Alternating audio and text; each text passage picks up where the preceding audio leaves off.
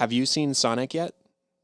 I've not. I was going to go when I was traveling a couple of weeks ago, and due to just being kind of overwhelmed with the traveling, Aaron and I decided to take a week off. We were actually going to cover Sonic for our podcast, Hmm. but I haven't gotten a chance to see it. However, one of my coworkers wants to, so I think at some point I'm going to take advantage of my Regal Unlimited Hmm. and go see it with him. I'm curious, did you ever play the Sonic games growing up or anything like Oh, that? yes. In fact, during the wars, the Sega Nintendo war, I was a Sonic guy. Okay, Sonic good. would kick Mario's butt in a heartbeat. He was the cool guy. I wasn't involved in those wars. I played Sonic Adventure 2 back on my Okay. GameCube back in the day. All right. So I had a little experience with Sonic. I had the awful Xbox 360 game when that came out. Oh, yeah, yeah, yeah. The original Genesis games were the best. I think that the Sega hit the nail on the head with that character and that particular game. Did you Mhm. go see the movie? I did. I saw it this weekend while I was on conference and had a free moment, and I was surprised and really delighted by how much I liked it. Like, it's not going to win any acting awards. It's not going to win Best Picture or even get nominated for anything like that, but it's really fun. And it doesn't need to. That's the Yeah. thing is I think two things. There are very few movies that I want to champion and for specific reasons. And Sonic was one of those movies that I wanted to succeed, if for no other reason than because the creators listened to the population. They listened to the fans when they came out with that really not great CGI rendered Sonic. And they took their time, they spent money, and so I'm telling anybody I can't, even though I have not seen it yet, just from a game appreciation point of view, throw your money at this thing. It deserves it. It And does. it movies don't have to be amazing to be good. They can be good if they're good. That's definitely true. I agree with you there. And, I was glad to give them my money too after that redesign. And watching the film, it's nice to look at Sonic and recognize him from the games and Yes, not him be this weird CGI abomination. for sure. So I'm excited to listen to y'all's podcast whenever you record an episode after you've seen it because I saw that you were considering it at least. And We so were, yeah. I'm And if glad. it had been for just sort of mental health breaks that we needed, I needed specifically, we probably would have covered it. So at some point, I'm going to see it just for the sake of enjoyment. But yeah, I'm excited. Awesome. Well, I think we're ready to go ahead and transition into the episode. So I'm announcing to the listeners, I've got a cool new toy that lets me push a button and cue this up. So here we go.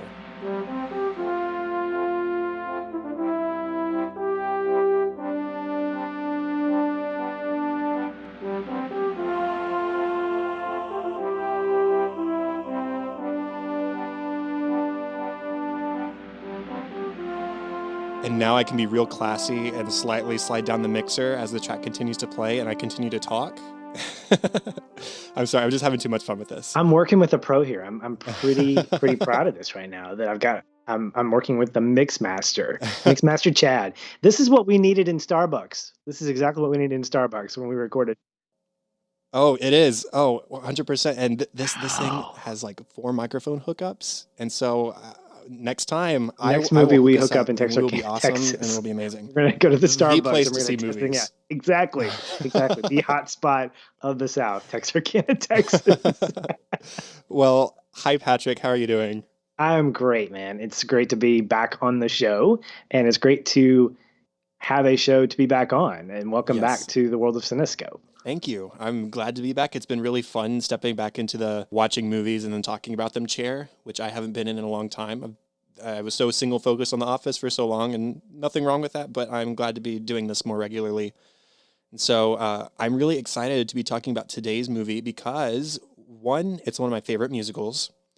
Two, it's your first time back in a long time, and you were the person I thought of when I decided I wanted to talk about this.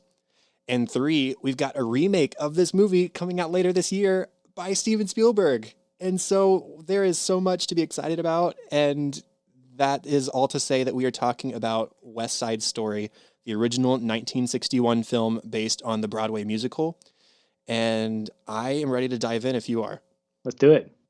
Okay, this movie was released on October 18th of 1961. It was directed by Robert Wise and Jeremy Robbins. Now, Jeremy Robbins is a choreographer for Broadway productions.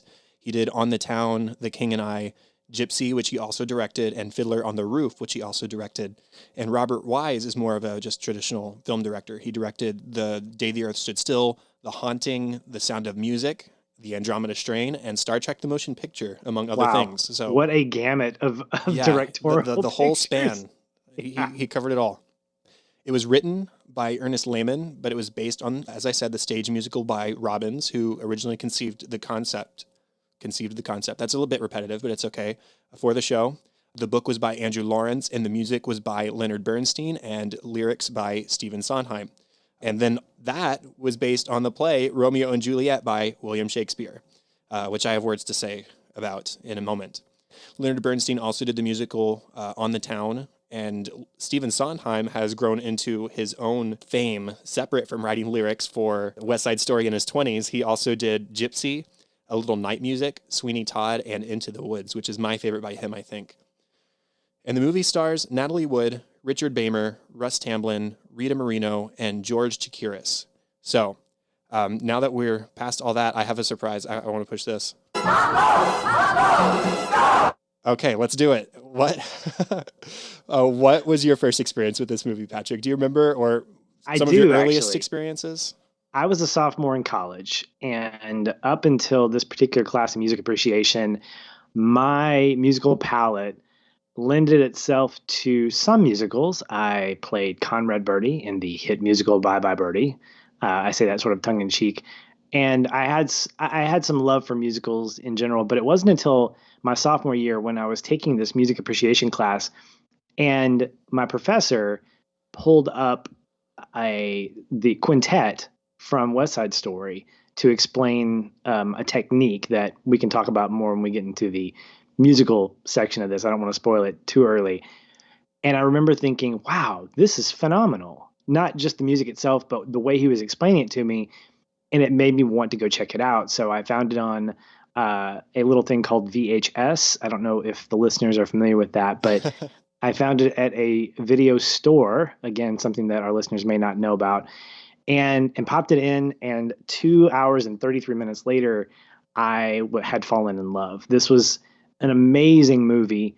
And making the connection from the actor's point of view, seeing that Natalie Wood, who I loved in Miracle on 34th Street, seeing her grown up, just made that even better. And then, of course, I loved musicals, holiday musicals. And so the actor who played Bernardo, he was a background dancer, I think, in White Christmas in one scene. So I was making all these connections. But West Side Story for me really stemmed from that class, and out of an appreciation, no pun intended, for this particular musical's music, not just musical music in general, but the way in which Sondheim and Bernstein worked together to craft something that really helped me understand that music and lyrics aren't just things that make people become entertained in a musical, but they add a little bit of layer to the overall narrative that's being kind of expressed in this. And so watching it numerous times over the course of those several years, I started picking up on more of that, but it really started my sophomore year in college. Okay. I mean, I was also involved in theater growing up. I've talked about this on the show before, but I started showing up in musicals. I did the church musicals when I was a kid. And then I get to middle school, and I was in Schoolhouse Rock Live Junior, and I was in Aladdin Junior, the musical. And then high school, I did Wizard of Oz, and I did Little Women and Beauty and the Beast and Into the Woods. And so I came from a theater sort of background as well. I think the first time I really remember watching this movie was for a school project. It was either in middle school or early high school, and I loved it from the start too. I really don't like Romeo and Juliet. Like, not my thing. We had to read that at some point for school too, and I'm not a fan. Just don't care for it. Not even a little bit. And it's not in opposition to Shakespeare either. It's just that particular Shakespeare story. I don't like it. But this is a refreshing enough twist that my opinion is just completely opposite from the original play by Shakespeare. The race and the class sort of warfare that is so much at the forefront of this movie. I think that really sort of just changes everything. It does change everything. It's very different than just two feuding families. And, over the years, I've sung stuff by both Bernstein and Sondheim. I've played stuff by both Bernstein and Sondheim as an instrumentalist, and I love both of those things. So to have them both combined here is just so great. They are unbelievably talented. The music is iconic. The lyrics, I was thinking to myself earlier, Sondheim is sort of like, goodness, what's that Hollywood screenwriter's name? He's like the Aaron Sorkin of Broadway musicals. Like he's so witty and so great with the lyric that it's like 90 miles a minute. Like it's so great. You're exactly right, and I had never thought about it like that. But you're exactly right. The way in which he puts lyrics and rhymes together, it's true lyricist talent. Mm-hmm. And watching how these characters actually articulate that in a way, music can be great and lyrics can be great, but if you can't execute them with good voices and expressions, not only verbal but nonverbal, they're really just words and notes on a page. They don't come to life until you have the right characters. And I think that when you put Bernstein and Sondheim together, you really created an all-star team, because these guys have not only made a name for themselves individually, but they are iconic when it comes to when you think about musicals. Like it's Rodgers and Hammerstein, only not that kind of a couple.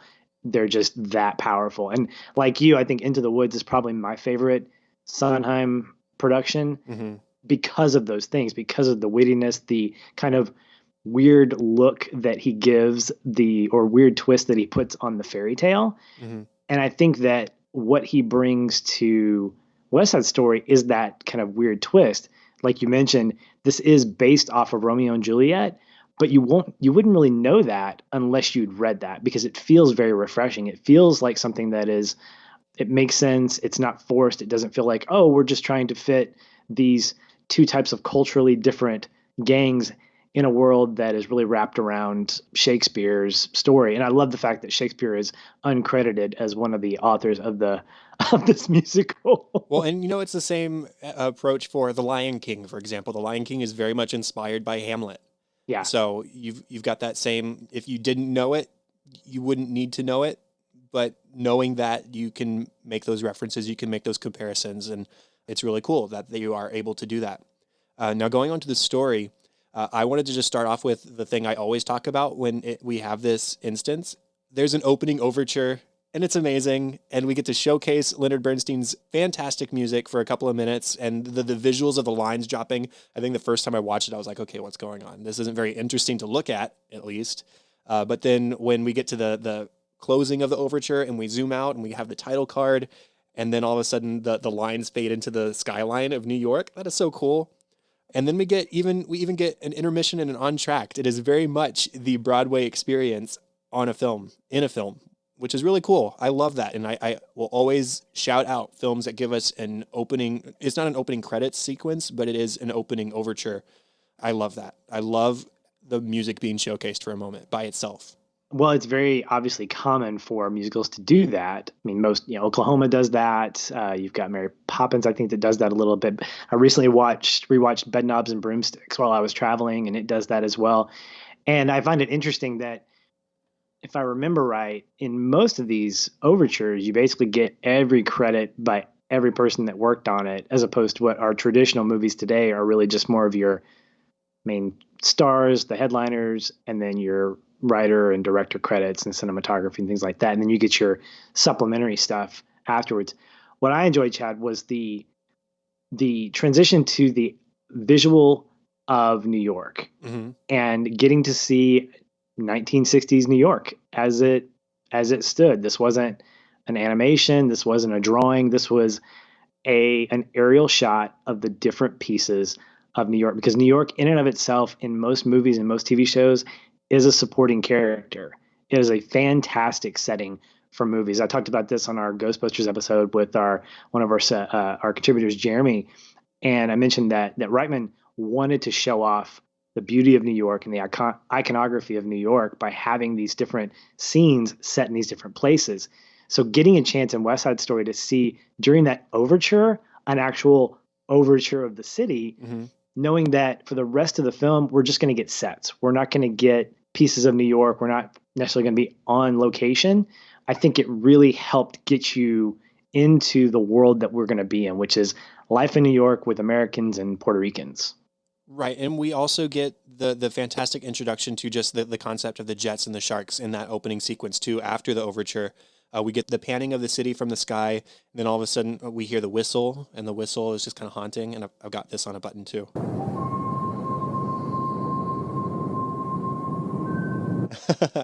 And so we get that fantastic, just like, okay, what's happening? And then all of a sudden there's the jets and they're snapping. And then we close in and they're ruling the playground, just looking cool. And then they dance down the street and it totally works because of their self-confidence. We don't have any doubts about the realism of this because it doesn't matter. They're confident in themselves and they clearly are in charge. And then as we explore through the opening number, the streets of New York, we get the sharks too, and we understand their rivalry without them having to explain it to us. We even get the bits of the turf war through the dancing and the controlling the streets, and then it does turn into a full brawl, but even then it's a dance brawl. And I think this movie sort of gets like some cultural flack, or not flack necessarily, but it gets poked fun at for the dance fighting. We were talking about the Office earlier because of my other podcast, and there's even that episode in season 3, I believe, called The Fight, where Michael and Dwight are going to fight each other, and Jim is like so excited he's like doing the snap fights behind him as he follows him to the kitchen. So I mean, it's almost like the butt of a joke, but in context of the film, it's not funny. It's just the way of the world, and it's really great. Yeah. Well, and I think having that overture and having that sequence set up, it really does manage your expectations as an audience, whether you're watching it in 1961 or watching it in 2020. You understand that there is a sense of surrealism that lives in this story. This isn't a biopic. Mm-hmm. We're not trying to tell a real life story about these real gangs that lived in New York. There might be some out there, but there's something pretty beautiful about, especially there's a particular sequence with, I believe it's the sharks, and Bernardo is doing like pirouettes. Mm-hmm. And there's this, before they get into a full on like dance brawl, there's this almost like this elegance of them pushing themselves further and closer to the jets, where it's emulating a sense of bowing up to a gang member or really capturing that sense of aggression, but doing it in a way that makes sense to the musical genre. Because if you were to try to choreograph a fight sequence, it would be completely different. When I watch an episode of The Flash, which I think has some pretty fantastic fight choreography, it would not make sense for them to do pirouettes and for them to do elegant flips. It makes sense for them to fight the way they do, to flip at a particular time. And I think for this musical genre, West Side Story really does capture in a beautiful way what the musical side of this movie is. And I love that opening sequence because you do get all that. You get this sense of, wow, these guys you understand what's happening with them. You know there's aggression, you know there's conflict, but it's done in a way that feels very much like, I'm in a musical. This is what it's going to be. You're not going to pull any punches, metaphorically speaking, and you're not going to make me believe it's something other than what it is, which is a musical.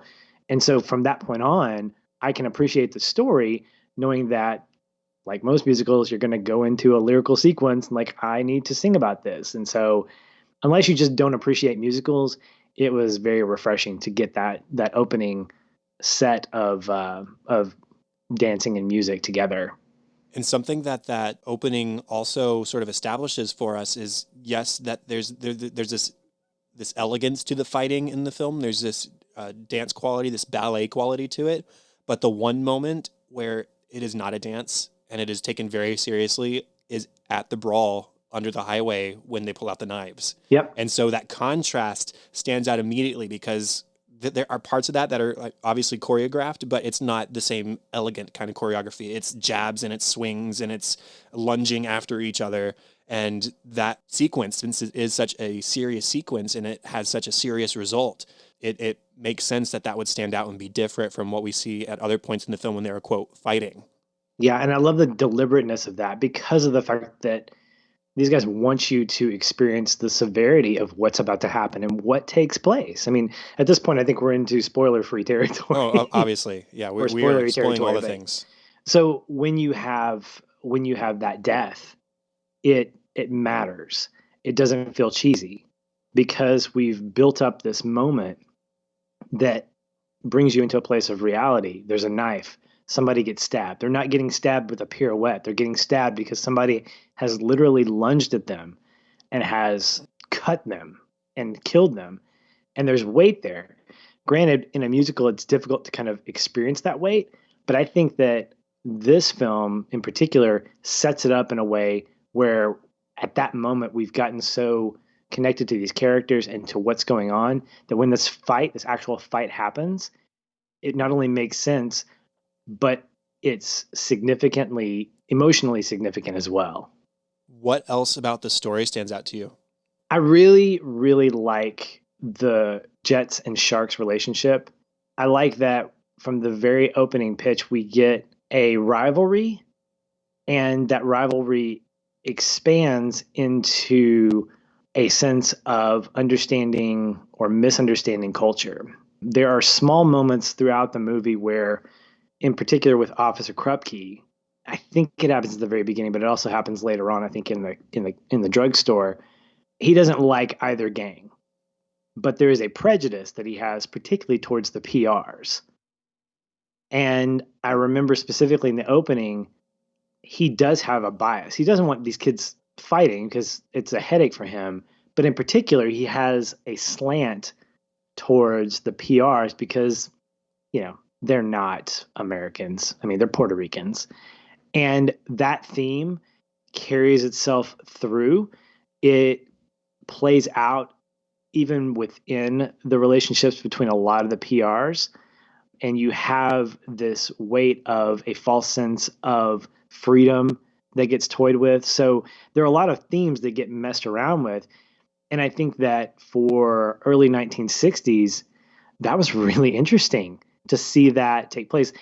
So I don't know if you mentioned when the actual Broadway musical took place or when it debuted. I think it was 1957. It was pretty hot off of the success of the stage musical that the film was made.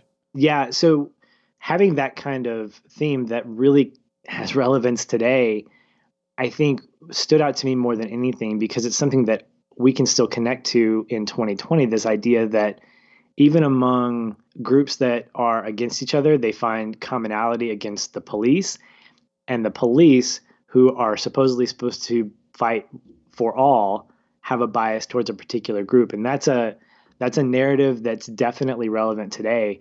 And so even on my recent rewatch, that's something that really stood out to me. I agree, and I'll probably talk more about this in our later section, but I've never been somebody with prejudices against people of color or different nationalities or anything like that. But since becoming a teacher and having the majority of my students being students of color and students from different walks of life and socioeconomic status and all that kind of stuff that is explored in this movie, that kind of stuff really grates on me because I want to be an advocate for my students. And so there are moments in this movie that just make me livid. And the biggest one is the scene later in the film when Anita comes to the drugstore and is trying to pass on a message to Tony, and she is just treated like absolute trash. And I was shaking in my seat, and I was so pissed off. That kind of stuff just really, really grates on me, and it should grate on anybody, but unfortunately, it doesn't grate on everybody. And so having this movie that explores that theme and the idea of how we treat each other despite our differences, and as you were saying, the commonalities that we can still find with each other even though we are different, that really speaks to me. And that's something that is missing from Romeo and Juliet. Is I don't relate with any of those people because they're just people with a feud. It's not applicable on a wider scale. Exactly. And what West Side Story I think adds is that sense of family. Not if we make the comparison to Romeo and Juliet, the families are the backdrops. They're the reasons why these two cannot get together. That exists in West Side Story, but there is an emphasis on the importance of family, the importance of being a part of something. In fact, when I think it's Riff, he goes to talk to Tony, there's this really fantastic dialogue between them where Tony is essentially saying, no, I don't want to be a part of this anymore. And Riff says, look, just come to the dance. Maybe you'll find what it is that you're looking for. And there's some manipulation there. I can see that. But there's also a sense of genuine friendship where Riff, yes, he wants Tony to come to the dance, but I think he wants Tony to be happy. Mm-hmm. And as a side note, when it comes to these kinds of musicals, I love to pay attention to the non-dance choreography, like the way in which people interact when they have like props in their hands. I'll always say this when I watch White Christmas and my wife gets annoyed with me because I'll be like, this is my favorite scene. It's when Bing Crosby and Danny Kaye are changing clothes after their number and they're talking about, what they're going to do and having, how Danny Kaye's like, if you could have these kids for 45 minutes, I'd at least have time to get a massage. That whole dialogue takes place with them changing clothes. Mm-hmm. And so I'm watching that same stuff happen with Riff and Tony. And there's not a ton of meticulousness that happens, but there's back and forth between them in dialogue. There's movement where Tony's moving a case of Cokes.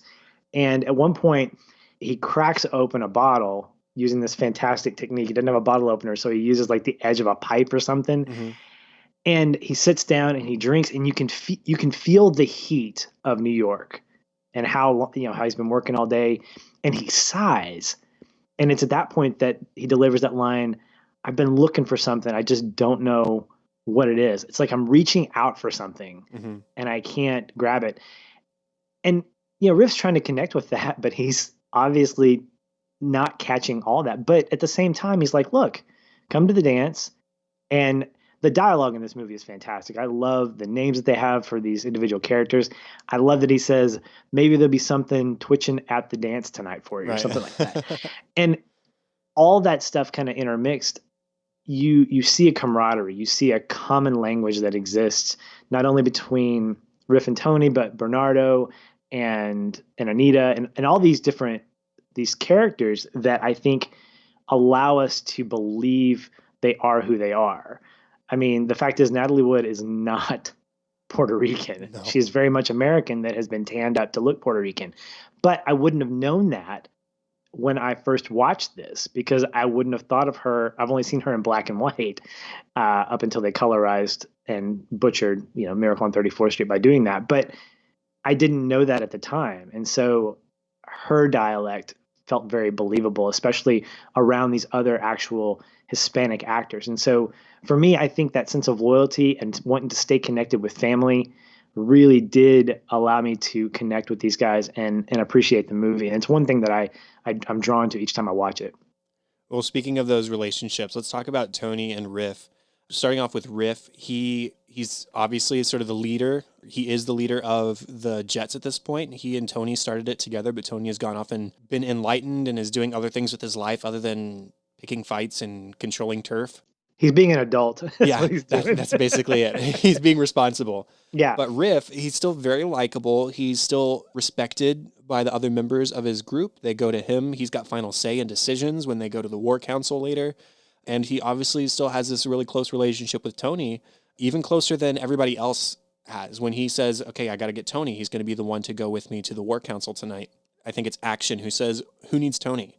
He says, "I need Tony. We need Tony because he's the one who started this with us and he's still very much my brother."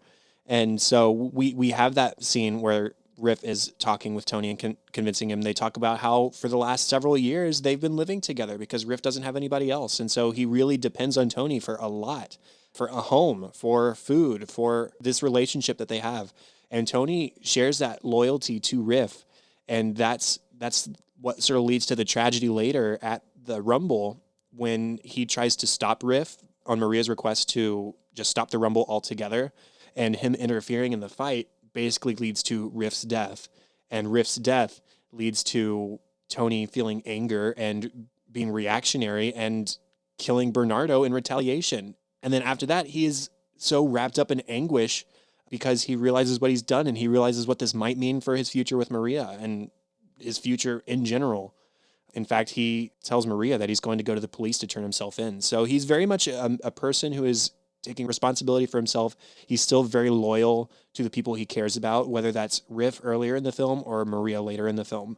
So I really like those two characters and how they bounce off each other. Yeah, I think that there's almost like there's a I want to say a quintet of characters that really keep the narrative going. You've got Tony, Maria, Bernardo, Anita, and Riff. These five people that really push the overall plot along. And in particular, I love seeing Tony and Maria on screen, because I felt like everything that they did outside of the scenes, well, in general, the choreography itself was like big. That opening sequence, everything was huge. But in contrast, you have Tony and Maria's relationship that was intimate. It was very much tender in contrast to these other things. And I feel like that was by design because they're essentially hiding their relationship from everybody. They're trying to be exactly who they are. They're trying to be real with each other, but that's in stark contrast to the fact that they're basically being fake to everybody else.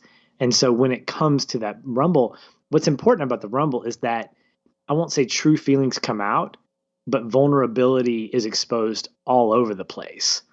Where you have Tony, who is trying to stop, and Riff ends up dying, and then he ends up retaliating with Bernardo. Well, his vulnerability is exposed because the fact is his blood, his brother's blood, is in that sense thicker than his love for Maria, or maybe it's not. And so there's this real great, I don't know if that's a great word, but there's a real interesting tension that exists, and it really does come around those five individuals where you have Tony and Maria, or Tony and Riff, or Maria and Bernardo. I feel like every scene with those couples when they're on screen together matters. They either have a fantastic line of dialogue, and when you have the Jets and Sharks around them, visually it creates a great sense of support as it's supposed to. But it's only in those moments where, for instance, in the drugstore, I love seeing those two. I think it's Tony and Bernardo sitting at a table playing cards or something like that, and trying to keep from getting in trouble. They're 3 feet away from each other, and they could kill each other in actuality. But there are rules, there are constraints that they're sort of abiding by. But the way it's framed, the way it's blocked, it brings about this sense of the importance of these coupled up relationships, these coupled up characters, and that when they're on screen doing something or saying something, that's when I want to lean in and say, okay, this is important. This isn't just a musical number that's kind of pushing the story along. These are moments that matter. And there were several of them that I saw this time around. With those five, there's something else that's interesting. You've got Bernardo and Riff, who are in complete opposition to each other, and they don't want to do anything with each other, and they don't want anybody else to do anything with each other too, unless it's a fight. Then you have Tony and Maria, who are like magnets to each other. They are immediately drawn to each other from the moment they see each other. And then you have Anita, who's in the middle of everything, and she could go either way, really. There's moments where she's completely on Bernardo's side. There's moments where she's on Maria's side, and she's trying to help, or she's trying to understand, or maybe doesn't completely understand, but is allowing Maria to be the adult that she wants to be now that she's in America. And so it's like this weird pyramid, I guess, is a way to think about it, where you have Riff and Bernardo on the bottom, so in contrast with each other, Maria and Tony so in sync with each other on the level above that, and then Anita at the top, kind of just like, which way is it going to go?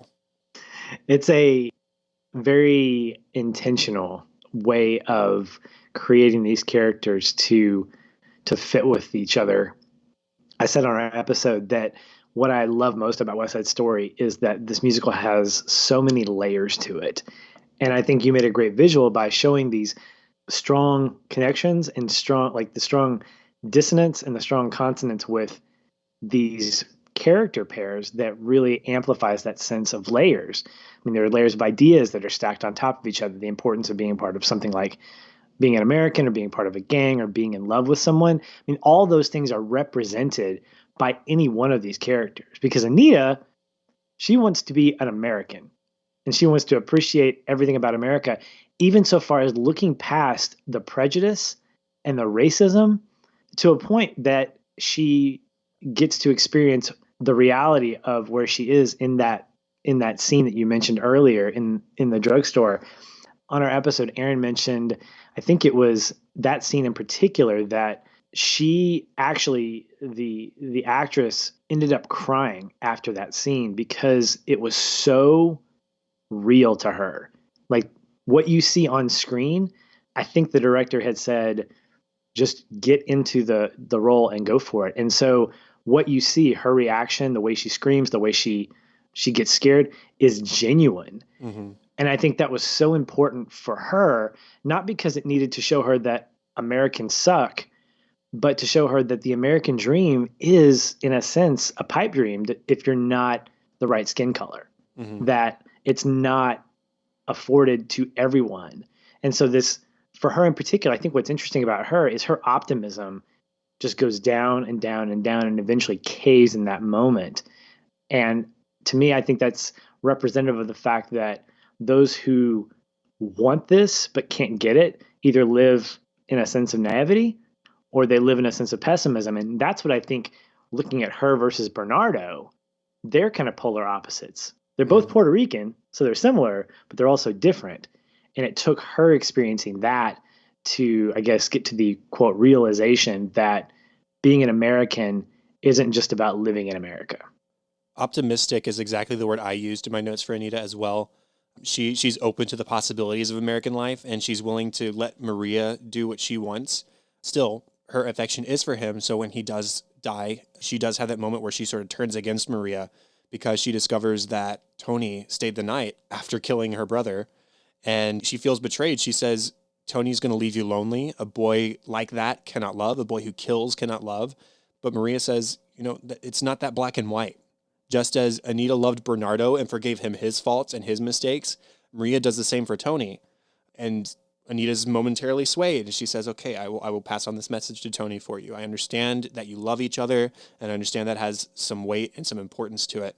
And then that scene in the drugstore happens, and that's all just torn apart. And she tells that lie that gets Tony out and eventually gets him killed. Not that it's her fault. Right. It's just this chain of events that's so unfortunate because of, one, it starts with Bernardo's death, and then it goes to her telling that lie, and that leads to Tony being killed. And this is why I think West Side Story should be considered inspired by Romeo and Juliet, because there is that whole sequence that you just described creates a whole sense of depth. When we look at Romeo and Juliet as a story, you could simplify it and say it's about a man and a woman, a boy and a girl, a couple of teenagers who love each other in spite of their families and end up killing each other because they were stupid. Yeah. And that's probably not the greatest way to describe it for anybody out there that loves the story. But when you look at West Side Story, that sequence really exemplifies the fact that this is about more than just star-crossed lovers. Mm-hmm. This is about understanding a value of a person's life beyond where they come from. Mm-hmm. In spite of where they come from, because of where they come from, all that stuff wrapped up. And it becomes very complex, Chad. It's an idea that you sort of wrestle with as an audience. You're like, well, whose side am I on? Because the movie asks you that several times. It says, are you on the side of the Jets and Sharks? Are you on the side of the gangs or the police? Are you on the side of Anita or Bernardo? Are you on the side of Tony or, pick your character, pick your group. It's asking you that question, but I think the answer is you can't really say at any given point because it changes so much. And if this had been from this perspective of one group, it wouldn't have been nearly as effective because we get to find and we get to appreciate and we get to become very empathetic of both sides. The only side that we don't get to see is probably the police. And I think that's by design too, because this isn't a story about the police versus the hoodlums. It's about the Jets and the Sharks. It's about Maria and Tony. It's about Anita and Bernardo. It's about all these individuals that will eventually make decisions that will impact the lives of other people. So it's like this reverberation of actions that lead to consequences, that lead to actions, that lead to consequences. And it's all wrapped up in this musical craziness that is West Side Story. Now, talking about Maria and Tony together, just as a couple, just about their romance, Tony teases, you talked about this earlier, he feels that there's something coming. He's reaching out. He doesn't know what it is, but something's coming. Don't know what it is, but it is going to be grand.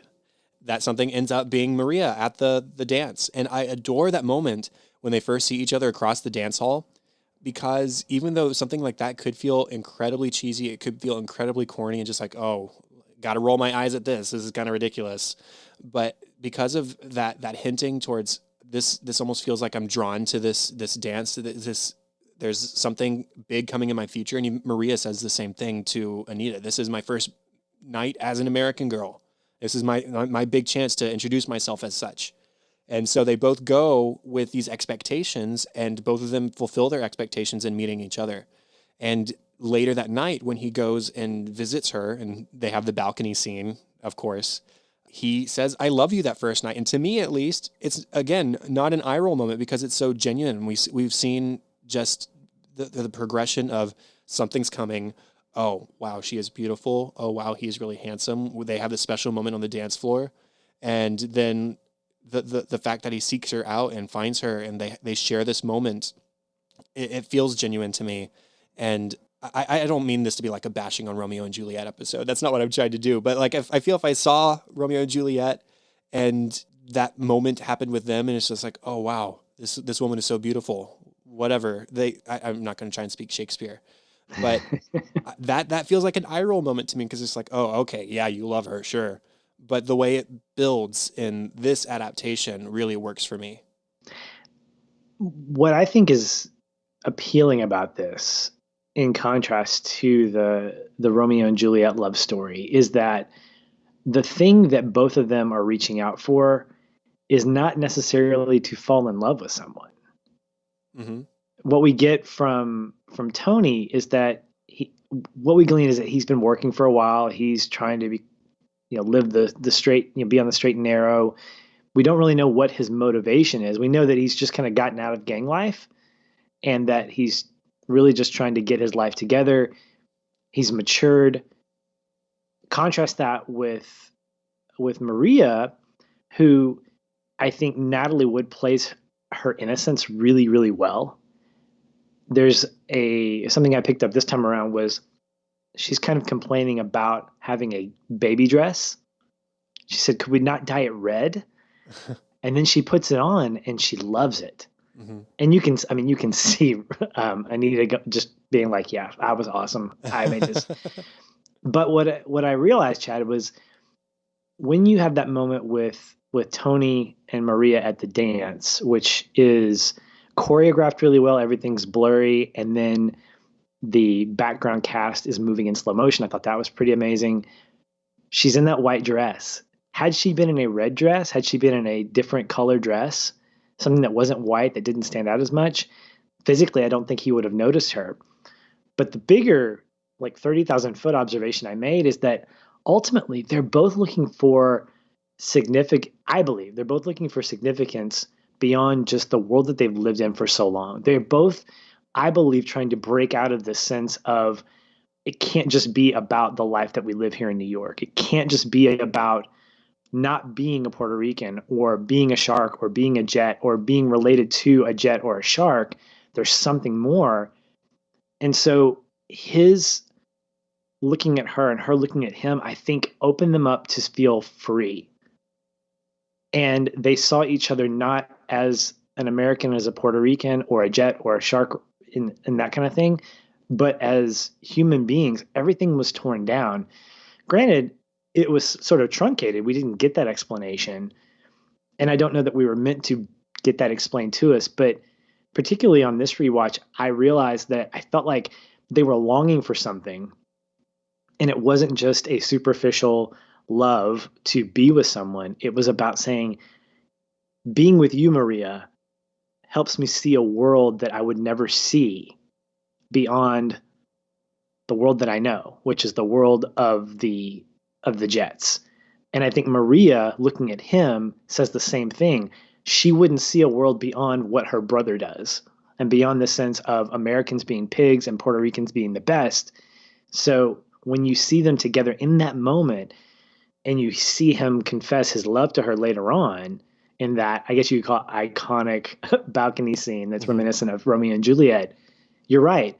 His profession of love to her isn't just that, like, he's got the hots for her, that he's found his wife.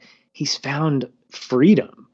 It reminded me a lot, I guess, because this movie takes place in New York too. There's a scene in Newsies where the main character is singing, "So That's What They Call a Family, Mother, Father, Daughter, Son." Christian Bale's character is trying to leave. He wants to get out. He wants to discover something new. And I felt like, man, that's Tony. Tony wants a life that's not defined He wants a life that is without bounds. And seeing Maria, I think, gives him that. And I think the same thing applies for her to him. Ultimately, they're both seeking identity outside of their personal bubbles. And seeing how fervently Tony pursues Maria, he insists, I'm not one of the Jets. He's not saying I'm not like the rest of them. He's saying I'm not one of them. And he says, your parents are going to like me. Your brother will even like me. And he's so willing to adopt parts of her culture and not as like a joke or to tease. That first night when he comes to see her, he makes attempts to echo her Spanish so he can learn where she comes from and learn who she is. He's not mocking at all. And there's this really sweet scene between them at the dress shop where they sort of envision this perfect version of their future that ultimately doesn't come to pass because of all the violence that's happening around them. But they have this ideal scenario where they go to their family and they get approval from all their family and they go through their vows and they have like this pseudo wedding in the dress shop. And it's this really, really sweet moment, but it's also a really tragic moment because it's a future that they envision for themselves that ultimately doesn't come to pass. It is tragic. And at the same time, it's something that I want to say it's Rita at the end. Anita, she says at the very end, it's that last scene, she's proclaiming that hate killed all three of these men. And then I love seeing that the sharks help to pick up Tony's body and help carry it out to the park. There's almost like this coda that happens when she says that. Could it be a statement about the social culture of the world that we're living in? Maybe. But again, I think the story itself doesn't lend itself to being about just these two individuals. It's what they represent and the idea that they are grasping at something that they ultimately can't get, which is a tragedy in and of itself because they're held back by the culture that, at least in part, define them. And so it does raise questions afterwards. Are we shaped by nature or nurture? Yes. That's the answer to the question. But I think the bigger question is what influences who we become. And I think both of them wanted to become more than just what they started out as. But tragically, culture pulled them back in and ended up costing them. And that final scene is also demonstrates how Maria has matured over the course of the film. But you were pointing out earlier at the beginning of the film, she wants the red dress. She says, can we at least dye it red? This is a baby's dress. White is for babies. At the end of the film, she's wearing a red dress because she's had to mature quickly because of the events that have happened over this night and her relationship with Tony. And she says, I can kill now too, because now I have hate in me, which is heartbreaking. She even says to Tony at the beginning of the film, he's uncertain with what she sees in him. He says, are you sure this isn't a joke? She says, I have not learned to joke that way. She's young. She hasn't experienced the gamut that life has had to offer at that point. But by the end of the film, she basically has. She's gone through heartbreak. She's gone through joy. She's gone through love and loss. And now at the end, she's grown up. The red dress symbolizes that. And also just the fact that she wields the gun at everybody. She says, I have hate in my heart now too. Do I have enough bullets to kill all of you? Because I could do that because of how much you all have hurt me, how much you have hurt Tony, and how much you are hurting each other. So really, really good stuff. Did you have any other characters that you wanted to talk about? No, I think those five did a lot for my movie experience. Mm-hmm. And I did just want to highlight Doc because Doc he's like the voice of reason, and the way he slaps Tony back to reality, that's a really heartbreaking scene too. Before he tells the false story that Anita gave him that Maria has been shot and killed. He slaps Tony to bring him back to reality and says, is this the only way to get through to you with violence? Mm-hmm. To explode, to burst like a bubble? Is that the only way I can connect with you? Yeah. And it's, again, highlighting the tragedy. We keep using that word because that's what Romeo and Juliet is, and that's what this movie is. It's a tragedy. So there we go. We agree with something about Romeo and Juliet. Yeah, apparently. There's a great line that he says, weapons, you couldn't just play basketball. Right. He legitimizes the fact that, you're going to get mad at each other, but it's really not as bad as you're making it out to be. Of course it is, but you're right. He is exactly the voice of reason. And it's good. Now, going on to music, there's probably lots to be said about music. I kept a list of songs that made me cry. And Okay. some of them are inexplicable, and some of them are just like, wait, why? America made me cry. I don't know why. I think that might have just been like a memory thing. Like, oh, this is so nostalgic for me. Tonight, One Hand, One Heart, Somewhere, and then I Have a Love, which is Maria's response to A Boy Like That from Anita. So there's the songs that made me cry tonight, everybody. And plus that the whole instrumental moment at the back 10 minutes of the film from the moment Tony gets shot, where it's just somewhere over and over and over again. And it's like a somewhere that's never going to come. Well, for me, there are two songs that stand out. One from the music lyric side and one for the choreography. Mm-hmm. I hinted at the early part of the episode that my professor played this track for us, and the track was Quintet. Uh-huh. Because what he wanted to show was the dissonance that Sondheim and Bernstein created by overlaying these 5 different parts of playing on the word tonight and the significance of tonight. Mm-hmm. So you have Tony and Maria singing about tonight won't be just any night. You know, there's I'm in love. Then you've got Rita, who was like, tonight I'm gonna get some. I'm gonna get some, exactly. And then you have the Jets and the Sharks, who are like, we're gonna rumble tonight. So there's this musical dissonance in terms of rhythm, in terms of melody, all overlaid on each other. And I think that really re-emphasizes the layers of this narrative that exist, how there's so much going on, and it's all kind of singularly put together by this one word. Tonight means something different to all of these groups. And if we go back to our characters, tonight means something different to all 5 of these individuals. And I think that was incredibly smart, incredibly deliberate, obviously. The other song that stands out to me actually was part of my original experience with this movie. I didn't know that there was a Gap commercial that utilized this particular song. It was Cool. Uh-huh. Where you have obviously the Jets, keep it cool, boy, real cool.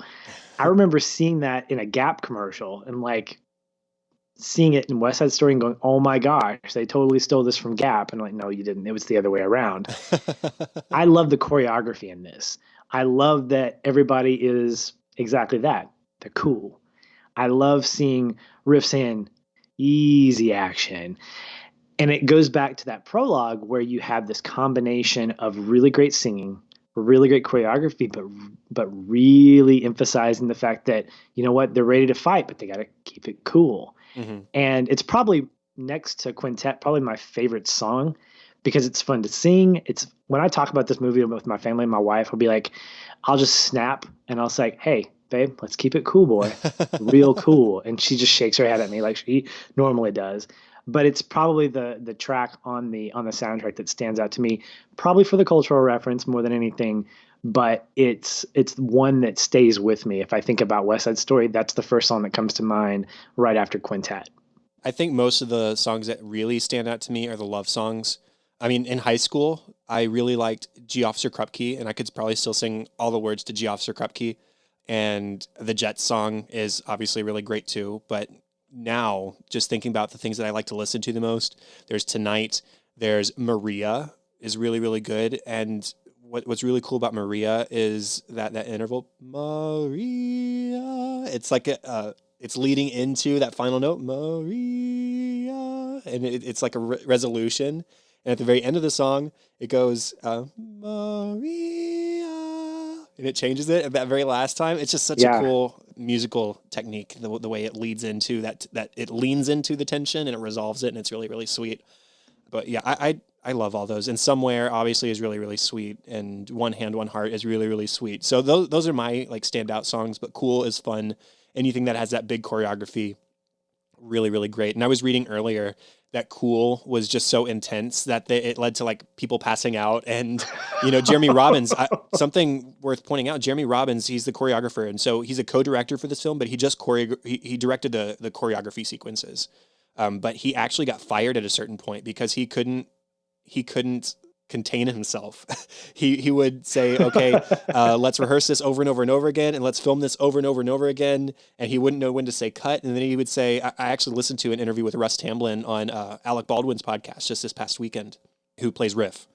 And he says there was one time where they were dancing down the streets of New York and they had Block of New York blocked off, which is a big deal no matter what, anytime, even in the 60s. And he would say, okay, this time let's do it again, but this time I want you to step out on the other foot first. And so they would have to do all their choreography opposite, which is just like this mind warp thing. So Jeremy Robbins, he's a genius as far as like choreography goes. There's some really great choreography in here, but he pushed himself a little bit too far and asserted himself a little bit too much and got himself fired from this movie, even though he's still got the co-director credit and still got the Oscar. I think that, I guess that would qualify him as the Stanley Kubrick of choreographers. Yeah, maybe so. Just a little too method. Do it again. Let's do it again. Do it again. This time do it on your hand and not your feet. We're going to do this whole thing again. Let's go. The music, I mean, it's great. I've gotten an opportunity once to play some of this music on my instrument. I stood in for somebody at a rehearsal, and it's really difficult. It's really challenging, as anything Leonard Bernstein is, but really, really great experience. Even though I didn't get to perform it, and I only played it for the one 2-hour rehearsal, it was a highlight for me for sure.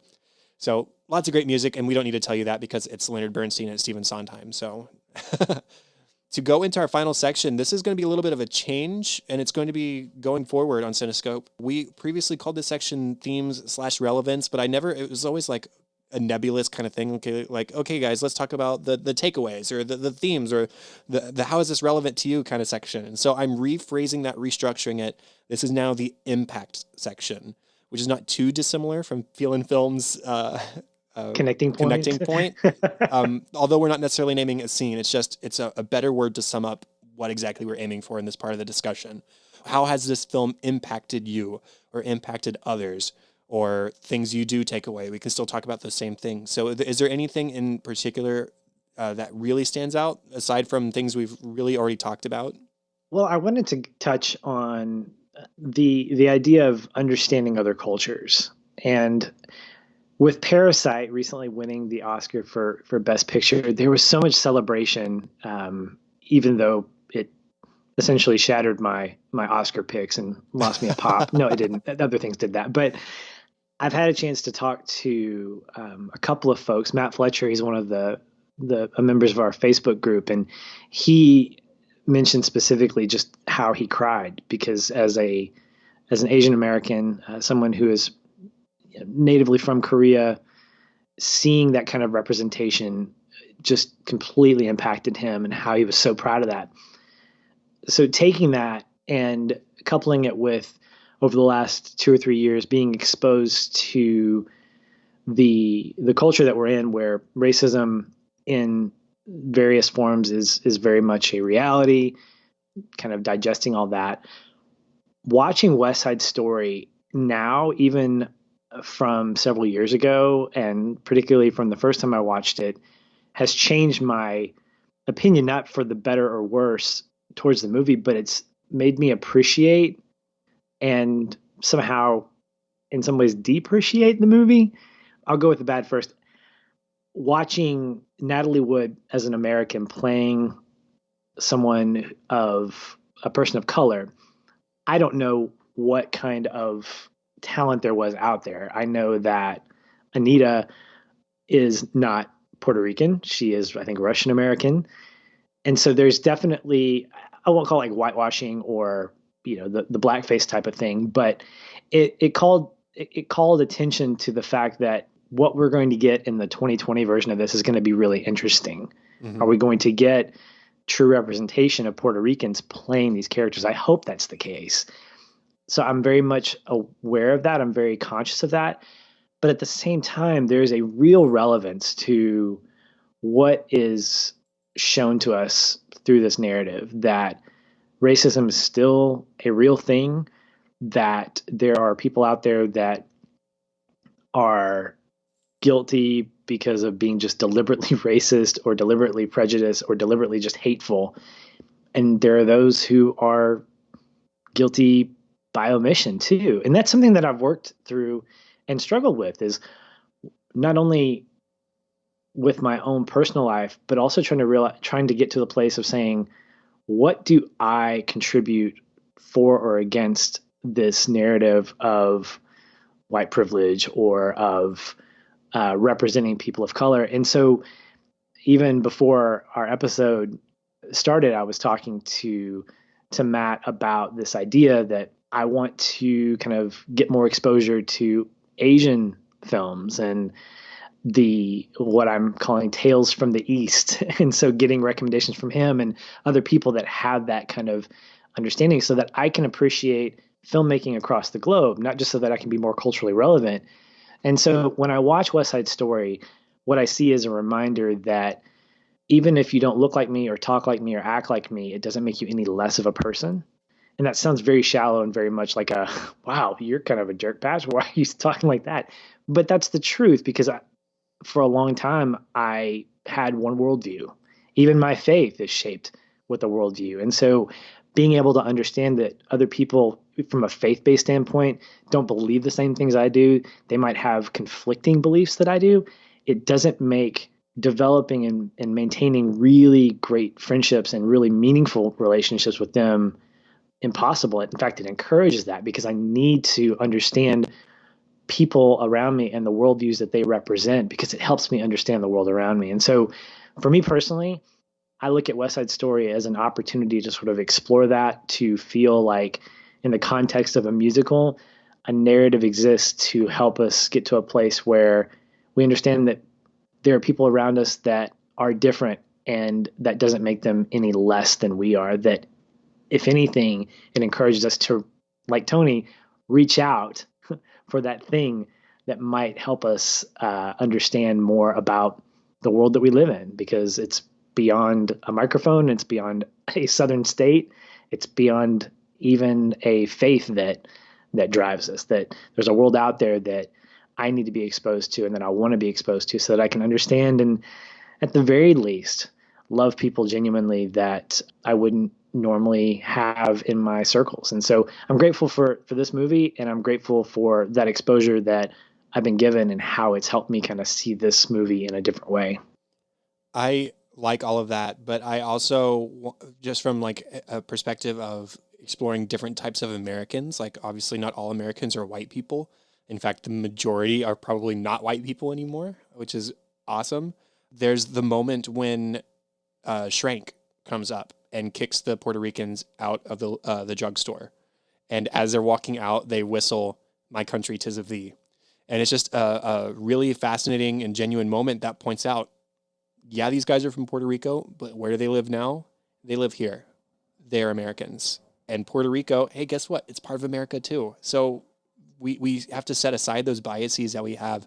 People having different skin color than you or me does not make them any less American than you or me. And so we do have to be open to talking about and exploring those race relations. And in this movie, we also see instances of sexism, particularly towards the character Anybody's. And even within the Puerto Rican people themselves, right before the song America, Bernardo says to Anita, "Back home, women know their place," because Anita is trying to get Bernardo to do something that she wants him to do and not do what he wants to do, which is go off and fight and have this war council. And so that inherently is really sexist too. So this movie as a whole is just exploring how people aren't lesser than each other, whether it's down to race or down to sex. But something else that I really wanted to highlight about the story here is how unnecessary so much of what happens is. There are times when the Jets and the Sharks seem like they could be and kind of are friends. It's like they enjoy the rivalry back and forth for each other. Talking to Lieutenant Schrank the first time, they're poking fun at Schrank and they're all laughing at it. When they're at the dance, there's moments when, yeah, they're having this back and forth. We're like, oh, I can dance better than you. It's a dance off. I mean, there's some fun to be had in that anyways. At the War Council at Doc's drugstore or the candy store, they're pretending, you mentioned the scene earlier where they're pretending to play cards with each other and have a good time and throw darts. It comes pretty naturally to them, it seems to me. But when it comes down to their turf and standing up for their sisters and whatnot, that's when it gets ugly and that's when they show hatred. But still, it's so unnecessary. There's also this line in the quintet song where it goes back and forth between the Jets and the Sharks. And they each say, well, they began it. Well, they began it. And it's like, well, who began it? You probably both had a hand in beginning something. And so it's just so unnecessary. And Doc points out that same thing. He says, for you, trouble is a relief. You seek these opportunities to fight each other. And then he says, when do you kids stop? You make this world lousy. And I want to ask you about this. Action's response to that question is, we didn't make it, Doc. So what do you think is being said there? We probably can't talk about it forever, but that's a Sure. really loaded response. It is, and I think it speaks to the intellect that's hidden in the world of the Jets and the Sharks, is because to the cops, to Doc, that's all these kids are, is just kids. And so Action's response to him, I think, is really more of a sins of the father kind of response, that in a sense he might be saying it's not our fault, but I think more so he's saying it didn't start with us. And so that line that you mentioned, I don't think they're necessarily talking about the fact that it started with the Sharks, the Jets. I think they're both kind of in agreement that this happened a long time ago. This started a long time ago. We're just carrying on the tradition because that's all we know. Oh man. And it's very sad. That reminds me of, I believe it's another Rodgers and Hammerstein, or I say another, it's a Rodgers and Hammerstein musical, South Pacific. There's a song in that musical called You Have to Be Carefully Taught. Yep. Which is like, racism isn't inherent. This clashing with each other isn't inherent. You have to be taught this. And so that's a really fascinating place to think about that. And you look at the way the kids are treated by the adults, particularly the cops. Shrank comes in and he's complaining about being asked to understand the hoodlums. Like, what's the struggle? Like, what would be the consequence of you trying to understand these kids and their lifestyle? And, the kids, the Jets joke about it in G Officer Krupke. They say, it's all about our upbringing that brought us here. They're poking fun at it, but it's like, who knows? Maybe their lives are awful. Maybe they do have these terrible home lives. And so you can't completely blame them for everything that happens. Yes, there's a sense of responsibility, but yes, again, it's Billy Joel. We didn't start the fire. It's always been burning. No, Ryan started the fire. Oh, yeah, that's right. With the cheese pita. The cheese pita, right. Any other highlights in impact? Well, nothing that comes to mind. I think that's the biggest thing. And I like the fact that I can wrestle with this and that it's going to, I think, continuously be something that's relevant. Because more than anything, if this is something that has changed my life, not the movie necessarily, but this perspective that I've sort of gained over the last several years, kind of a +1 to that is that I can recommend this movie as an opportunity to say, if you want to understand this to an extent, let's go back to 1961. This is a great way to kind of express this, even back in the 60s, where ideas that still kind of echo today can be appreciated not only from a relevant standpoint, but also from a cinematic and a musical standpoint. So it creates more momentum for me to say, you should see West Side Story. Why? Well, here's 10 reasons instead of 5. I am really super excited, if we can talk about this for a second, to see what Spielberg does, because there's already so much relevance in this 1961 film to us now, 50 years later almost. 50, Yeah. 40, 60 years later almost, goodness. Yeah, because I have the 50th anniversary Blu-ray.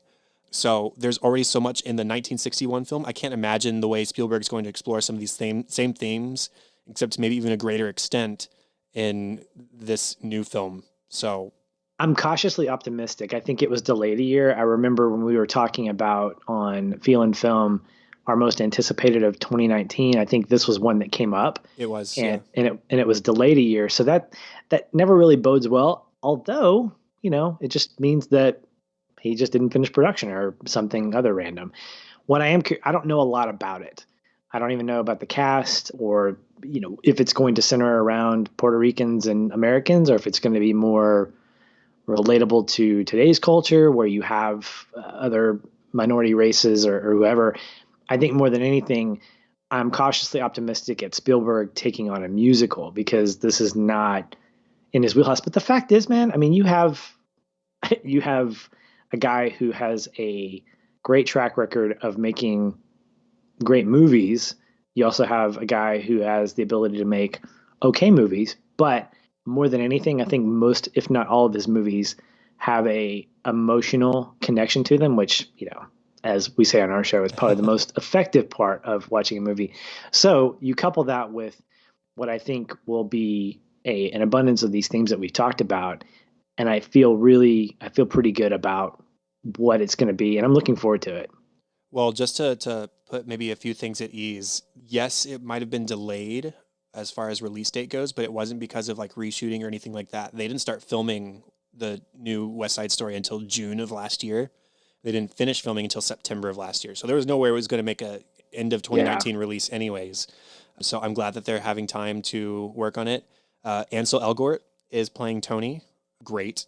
I think I've heard him sing before, and he's a great singer. And they're bringing in an unknown as Maria, who I do believe has some Puerto Rican blood in her, as opposed to Natalie Wood, who's Russian American. So about as far from Puerto Rico as you can get. So that's nice. And Rita Moreno, who plays Anita in this one that we just talked about, is going to be coming back in a different capacity. She's going to be playing a character named Valentina, who, at least Wikipedia says, is a repurposed Doc character, basically. Interesting. So, yeah. Well, I want this to be amazing. I was really excited when I saw this obscure musical starring Hugh Jackman about the circus a year ahead of time. I was like, this might be amazing. And it turned into my second favorite movie of that year. Right. In The Greatest Showman. So seeing West Side Story on the big screen will be pretty fantastic. I've never seen it that way. I really want it to be great. I really do. I do too. And I am hopeful. I have faith in Spielberg. We'll see. And maybe we'll get a chance to talk about it when it comes out. Let's meet in Texarkana and go see it. Yeah, well, I am totally game. Let's make that happen. Well, I think we have talked this film to death, which is great. So let's go ahead and close. This is the end of the official 84th episode of Cinescope. Thank you so much for joining me, Patrick. It's great to be back on, and I love being here. Contact for the show, facebook.com/Cinescope Podcast and @Cinescope Pod on Twitter. Please continue to go over to Apple Podcasts if you haven't done it already. Leave us a rating and review. Hit that subscribe button to help gain visibility for the show so we can grow our audience. If you have feedback or ideas, you can always email thecinescopepodcast@gmail.com. Now, Patrick, tell us about your show and where we can find you online. Yeah, you can find me at Shoeless Patch on Facebook and Twitter. I am usually floating around the social media platforms loosely. So if you want to actually get in touch with me, at me, tag me, do whatever you need to do to get my attention. But if you want to find out more about our show, Feel and Film, you can go to our website, feelandfilm.com. We look at films from today and yesterday from an emotional standpoint as opposed to a technical standpoint. So we talk about those technical aspects, but only as they really relate to how a movie actually makes us feel. So if you want to find out more about the show, you can find out all that at feelandfilm.com. We actually did an episode on West Side Story. I mentioned it before. It's actually episode 21. It aired back in 2016 when we were just in our infancy. So maybe you'll hear more thoughts that may or may not be relevant from 3 or 4 years ago. I'm interested to kind of listen back to see what I thought back then if I had a different experience. But if you want to experience that or check that out, yeah, episode 21. I'm going to have to pull that episode up again too, because I listened to that back in the day, and I remember Aaron didn't particularly love this film. It was his first time seeing it for y'all's episode, wasn't it? Yes, he said, I think, and his opinion hasn't changed much. You know, I told him I was recording with you, and he goes, make sure you plug the show. And I think under his breath, he was like, because I won't. No, I'm just kidding. He didn't say that. But yeah, we both had some good stuff to say, and you'll probably hear some similar thoughts from that episode that we talked about on this one. But yeah, it was good. Well, the best place to find me is at Chadadada on Twitter. That is CHADADADA.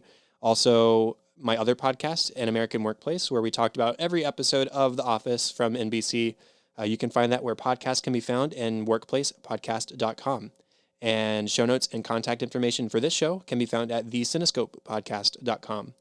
And that's all. Thank you so much again, Patrick. It was great having you on, and I look forward to talking with you more in the future about maybe more West Side Story in Texarkana. That'll be fantastic. Let's make it happen. Let's do it. Thank you, everybody. Have fun and celebrate movies.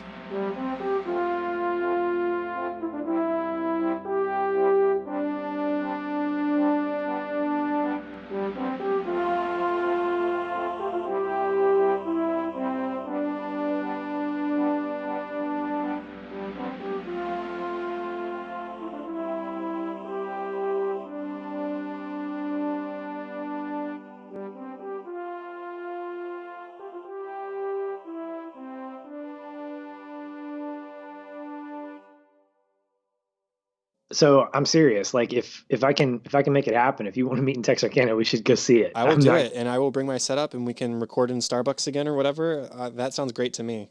okay. Yeah. We'll tentatively plan on that, Okay, and that is when it'll probably have to be after the turn of the new year, that's fine.